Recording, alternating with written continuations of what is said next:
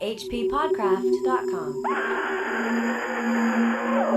You ask me to explain why I am afraid of a draught of cool air, why I shiver more than others upon entering a cold room, and seem nauseated and repelled when the chill of evening creeps through the heat of a mild autumn day. There are those who say I respond to cold as others do to a bad odor, and I am the last to deny the impression. What I will do is to relate the most horrible circumstance I ever encountered, and leave it to you to judge whether or not this forms a suitable explanation of my peculiarity. I judge not guilty. That was the opening of H.P. Lovecraft's Cool Air, read by Rachel Lackey. Yes. I hear that Lovecraft himself had an aversion to cold. Right, he did. He did indeed. We know this from a letter he wrote to Robert E. Howard, which said, I'm going to not read you this whole thing, but Lovecraft goes on a lot about this. He says, I can't write decently under 73 degrees or 74. From there down to freezing, the effects of a falling temperature is simply increasing discomfort and sluggishness. But after that, it begins to be painful to breathe. I can't go out...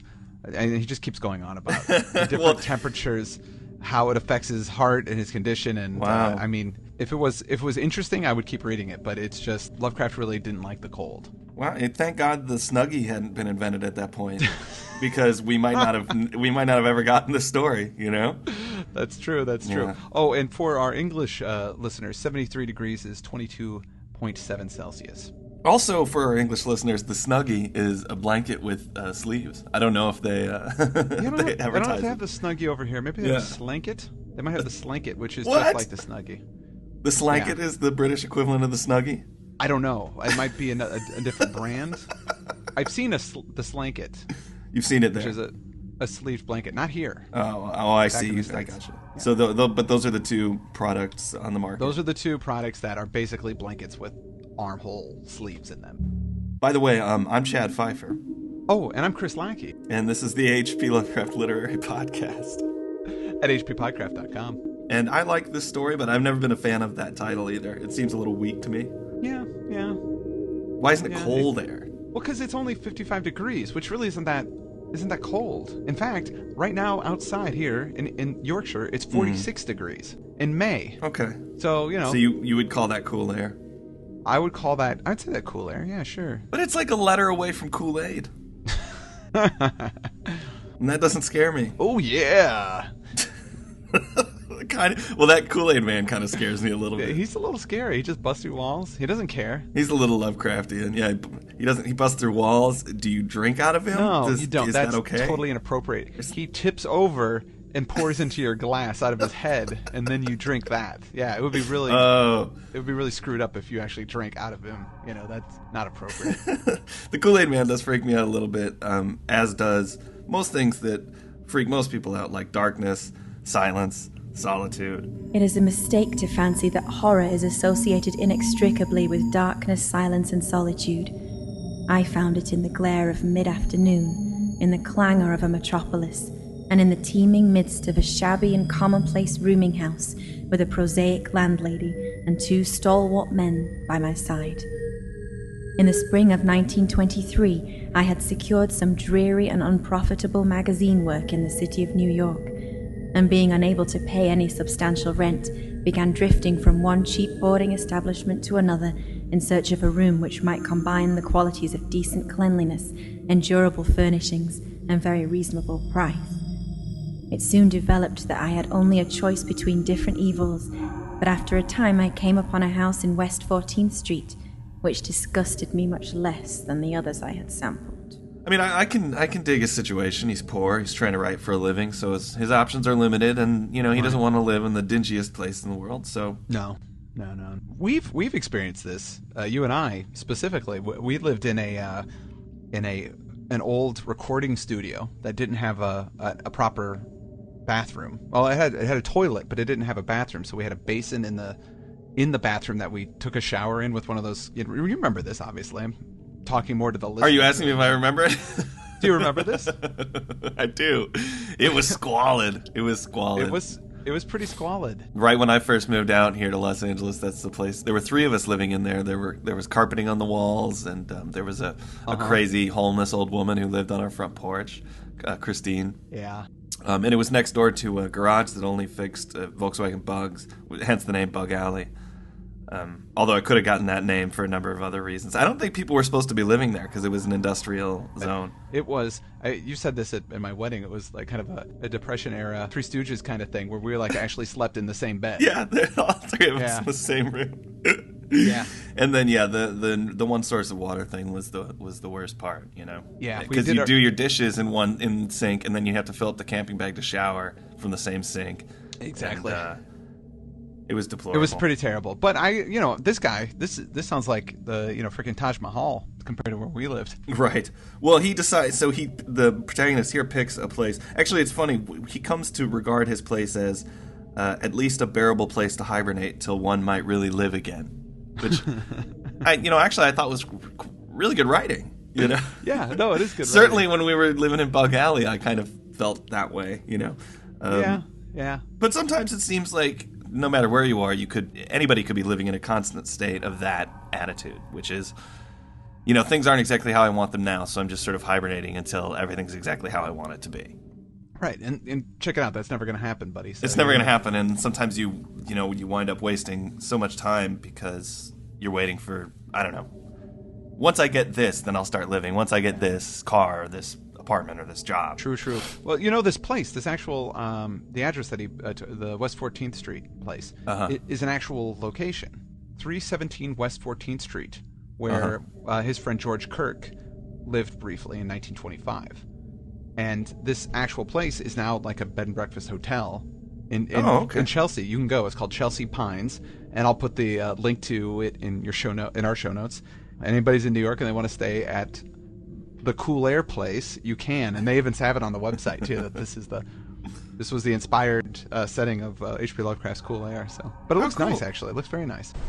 Well, anyway, after living in this rented room at this place for about 3 weeks, our bookish writing protagonist hears a spattering on the floor, and he sees that there's a leak coming from a ceiling. Right. And there's this pungent smell of ammonia. He asks the landlady about it, who's the Spanish woman named Herrera. Herrero, Mrs. Herrero, who comes in and she delivers all the exposition for him, and it's written it's written phonetically as well. So it's pretty tough in a really funny way. I couldn't help thinking it was Speedy Gonzales that was delivering the news to him, or more like Slowpoke Rodriguez, Oh right, his cousin. Slowpoke was that. It's a lot more like Slowpoke is how I heard it in my head. Too. Yeah. But all his own housework he do, his little room.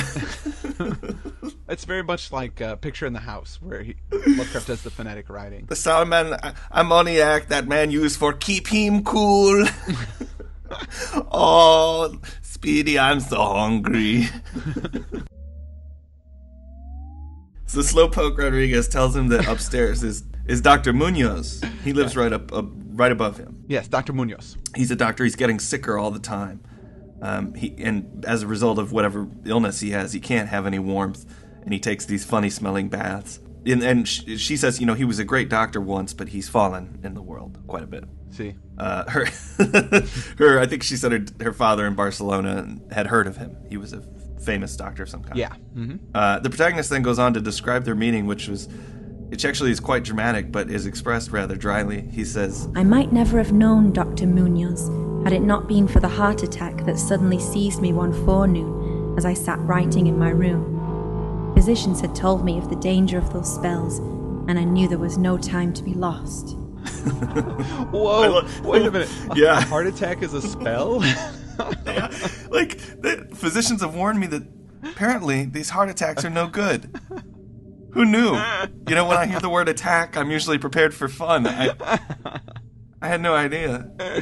Exactly. Yeah, so he has his heart attack spell, and he drags himself up to the doctor's apartment and knocks on the door. That kind of says through the door, "Excuse me, I believe I'm having a heart attack. Could you help me, perhaps?" The doctor lets him in, and he's surprised to find out that the doctor's got a really kickin' pad. Yeah. This place looks great. You wouldn't expect it in this squalid environment, but he really has done it up nice on the inside. Mm-hmm. And of course, he sees the doctor as well. Right. The figure before me was short but exquisitely proportioned, and clad in somewhat formal dress of perfect cut and fit. A high-bred face of masterful, though not arrogant expression was adorned by a short iron grey full beard and an old-fashioned pince-nez shielding the full dark eyes. Nevertheless, as I saw Dr. Munoz in that blast of cool air, I felt a repugnance which nothing in his aspect could justify. Only his lividly inclined complexion and coldness of touch could have afforded a physical basis for this feeling, and even these things should have been excusable, considering the man's known invalidism. It might too have been the singular cold that alienated me, for such chilliness was abnormal on so hot a day, and the abnormal always excites aversion, distrust, and fear. Yeah. It does. He's got those, pince-nez, the glasses that clasp onto the bridge of the nose. Oh, right. That's what those are. Yeah, like Teddy Roosevelt used to wear a pair Oh, of of those. course. Okay, yeah. Anyway, the doctor starts fixing him up Yes. immediately. He gives him some drugs. I don't know exactly what you can do for a heart attack Yeah, I don't know. in your apartment, but he does something for it. It's a funny line where he says he sought to distract our narrator from his seizure by telling him of his theories and experiments.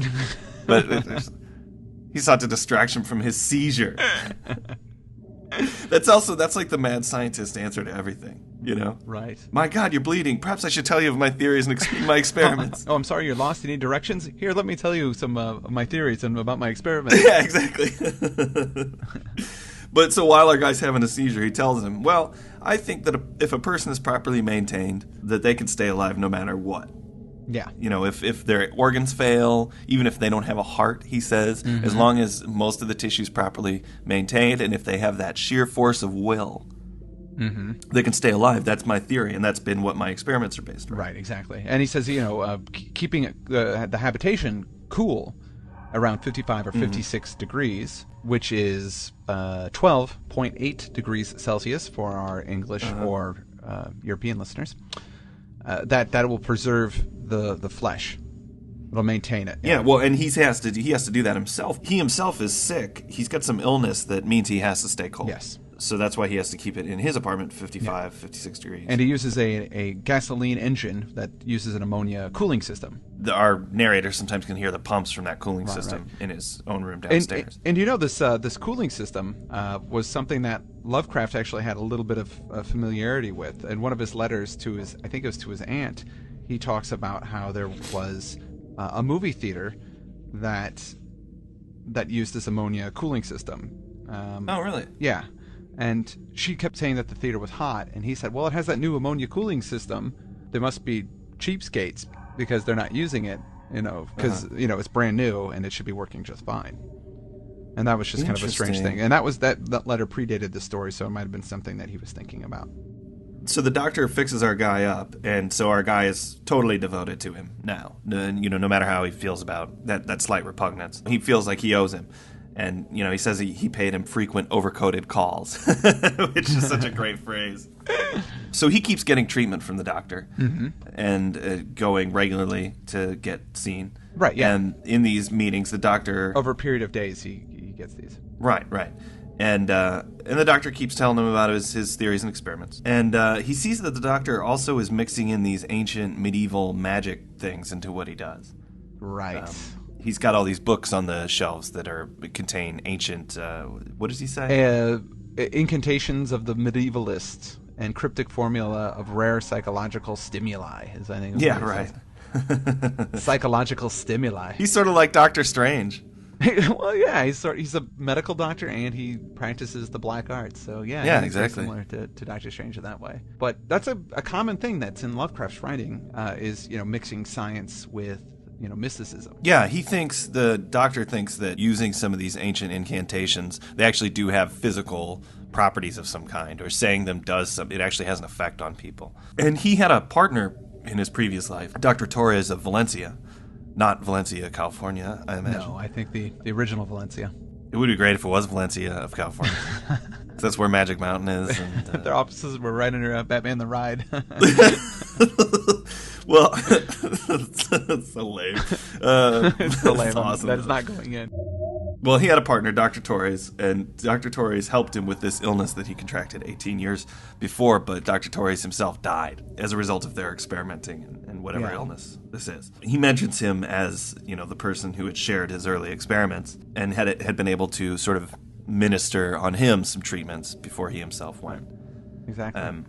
But it's, things are getting bad for Munoz. Yeah, well, I mean, they also talk about some more details about this whole temperature business and how if he keeps it colder, it'll preserve him more. And he starts using these Egyptian spices and things too. He's burning incense in his apartment. He's got these sort of Egyptian death rituals going on, or I don't know what he's doing in there. And he's dropping the temperature colder and colder. Basically, he's sort of in panic mode, and so he's using more coldness and he's using more magic stuff to try and stop whatever his illness is from happening. He's not eating anymore, and he's spending a lot of his time also writing these documents to other physicians. He acquired a habit of writing long documents of some sort, which he carefully sealed and filled with injunctions that I transmit them after his death to certain persons whom he named, for the most part lettered East Indians, but including a once celebrated French physician now generally thought dead, and about whom the most inconceivable things had been whispered.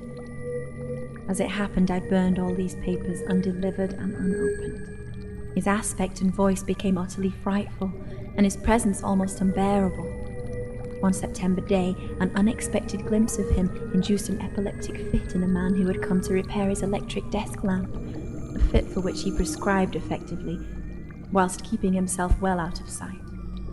That man, oddly enough, had been through the terrors of the Great War without having incurred any frights or flurry. Then, in the middle of October, the horror of horrors came with stupefying suddenness. So that guy, he just had a glimpse of the doctor, and that gave him an epileptic fit. Yeah, that's pretty strange. Going back just a little bit further in that is the part where he says one of them was a once celebrated French physician, now generally thought dead.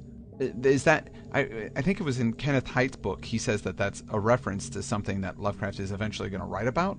Oh, but really? He doesn't say what it is, so I'm not exactly sure what he's talking about there. Listeners probably do know, so hopefully they could, somebody can write in and tell us what they think it is, who they think it is. So the horror of horrors that comes is one night the refrigerating device the doctor uses breaks down. And this happens like at 11 at night or something like that. So nothing's open. They need a new piston to get the thing running again, but they can't get that until the morning. So he's got problems. Basically calls down to the narrator, and the narrator comes up to try and help him. They start making calls, making inquiries, and basically what he has to do is get ice for the old man.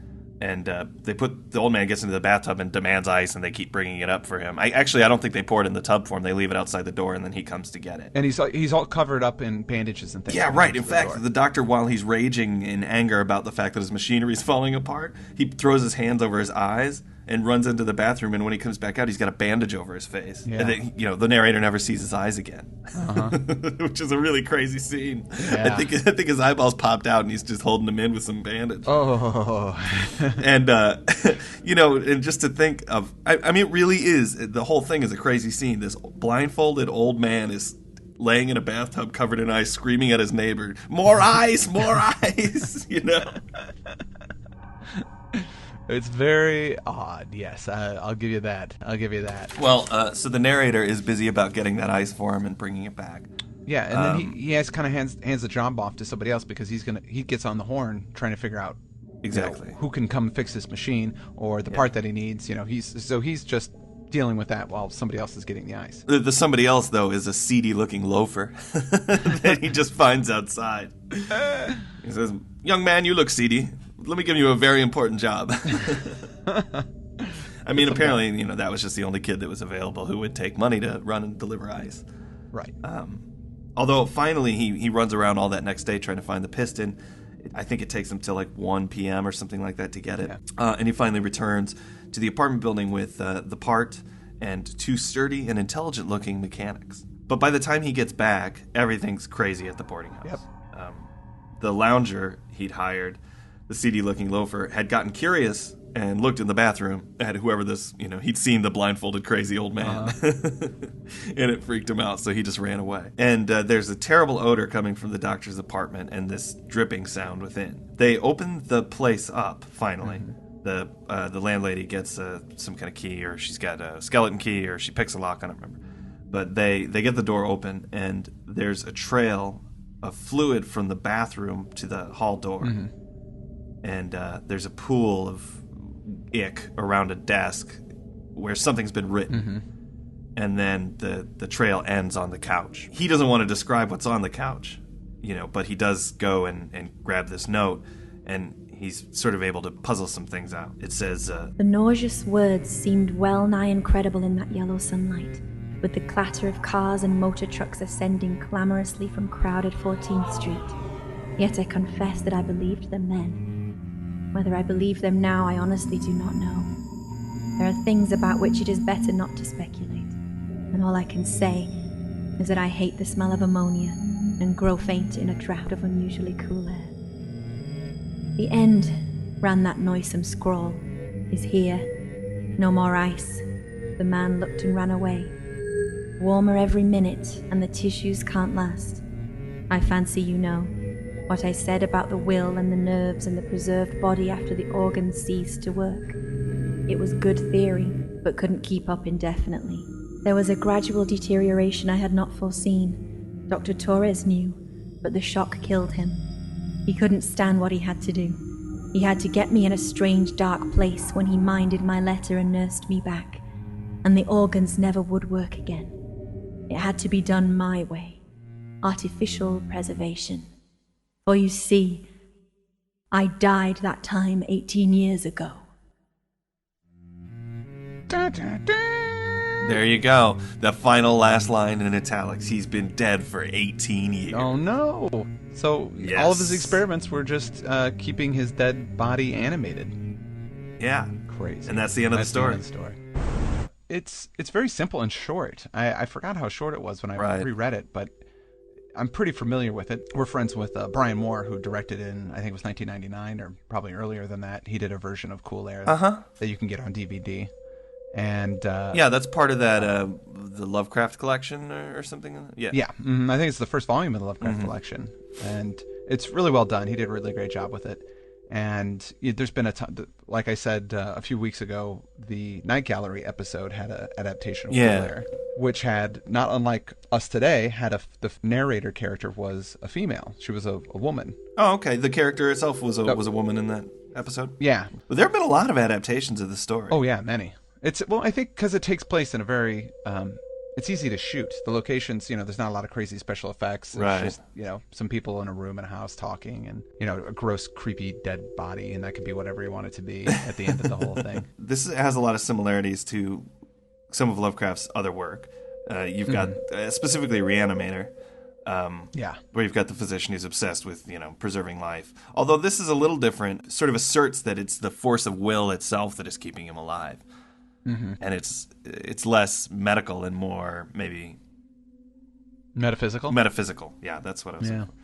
But, whereas Reanimator sort of anticipated adrenaline and that sort of thing, this, to an extent, anticipates cryonics and cryogenic freezing a little bit, which didn't become something that people were really sort of obsessed with for many years. I remember I saw this 80s television movie called Chiller. It's a Wes Craven movie, which I didn't realize until I looked it up again, but Wes Craven directed it. I just happened to watch it with my mom on TV. It scared the heck out of me, but it had the stupidest plot. It was like this wealthy young man gets cryogenically frozen for 10 years, and when they unfreeze him and they bring him back, he doesn't have a soul.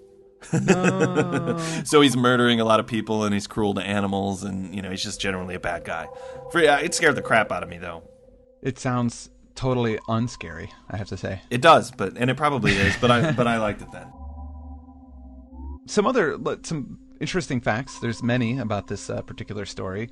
One is that it was written in March 1926, but it wasn't published until March 1928, so about 2 years after he wrote it. Okay. And of course he tried to get it published in Weird Tales, but Weird Tales wasn't having it. Again, the publisher, Farnsworth, thought the ending might be a little too graphic, and so turned him down. That is so strange. Yeah. I mean, it must really be because of the backlash against The Loved Dead. Yeah, The Loved because Dead. they're really, what's so gruesome about it? I mean, Nothing. He doesn't even describe it's the all body. in suggestion. No, Yeah. he doesn't describe anything. He just says, There's something on the couch. yeah, and that he doesn't even want to say what it is. Yeah, I think, and maybe Farnsworth was just a little mad at Lovecraft, or maybe, I don't know, exactly why, that would have happened, but, You know, he didn't. But it eventually got published in this really crappy magazine called Tales of Magic and Mystery.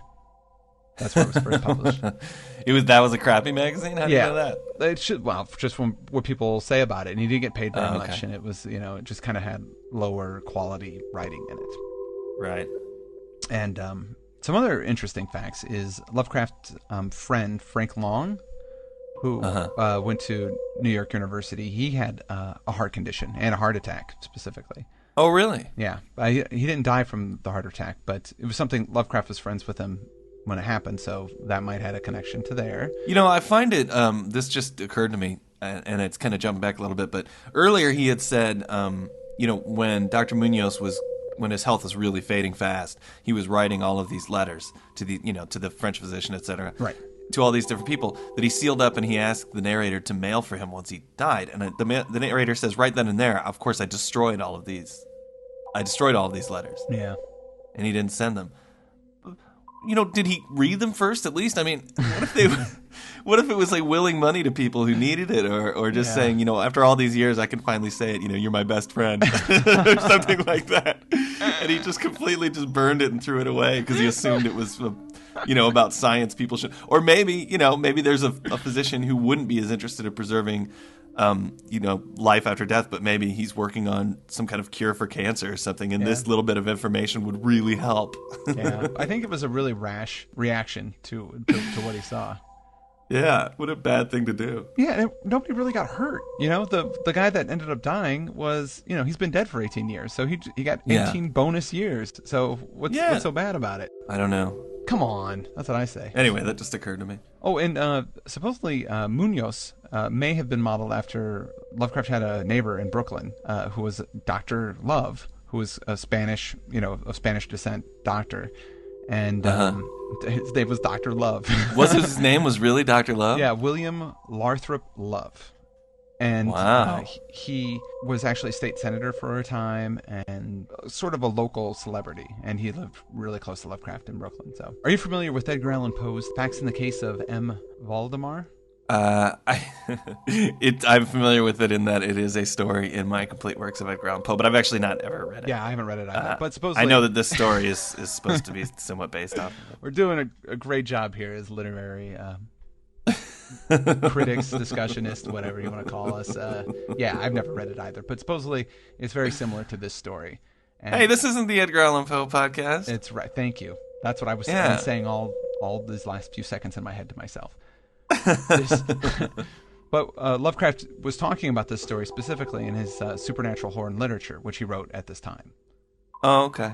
And he has defended himself later and said, actually, I didn't. That had nothing to do with this. This was more inspired by Arthur Machen's The Novel of the White Powder. So that's kind of where Lovecraft got the sort of kernel of an idea for the story. Yeah. There you go. So that's it for my fun fact. When I said that the adaptation was called Chill, I almost said, and not even to be funny, The Chill Factor, which is that Cuba Gooding Jr. Skeet Ulrich movie. I think it's like Speed in an ice cream truck, basically, right? Oh, right. Yeah. I remember that. Yeah. Or was it on a train? I think it was on a. Was it on a train? They couldn't stop the train? I don't remember. I thought it was an ice cream truck, but what do I know? I don't know anything. Again, that's much like Edgar Allan Poe. I didn't see that. Yeah. You're not. This isn't the Cuba Gooding Jr. podcast. It should be. It should be. And folks, this is the time that we announce our next podcast, the Cuba Gooding Jr. Literary Podcast. Literary Podcast. Is it Literary Podcast? Celluloid Podcast. Next week, Snow Dogs. That's well, okay. So actually, what do we have next week? Next week is hold on to your socks, buddy, because it's happening. What? The Call of Cthulhu. Oh my God! Finally, we've arrived. We have arrived. The good stuff is happening. Bam. Yeah, good. Yeah, we're there now. I mean, there's nothing but real good. I mean, of course, there's still going to be some laughable things coming up, but for the most part, it's good stuff coming up. Yeah, we're getting the goods, man. We're getting the goods, and with that one, I'm sure that's not going to be a single part episode. Yeah, we haven't really planned it that much yet, but I'm sure it'll be multi-part. And the story itself of Call of Cthulhu is broken into multiple parts, so it shouldn't be a problem. 3 parts, actually. So maybe we'll do a 3-part episode. Who knows? Yeah, we'll see. Who knows? I don't know see. what we're going to do. We'll figure 2 it out. parts, 3 parts. We'll figure it out as we go. And we'll probably have some guests and some fun stuff. And Oh, yeah. yeah. So we'll see what happens next week. Absolutely. And with that, I'm Chris Lackey. I'm Chad Pfeiffer. And this has been the H.P. Lovecraft Literary Podcast. hppodcraft.com. hppodcraft.com.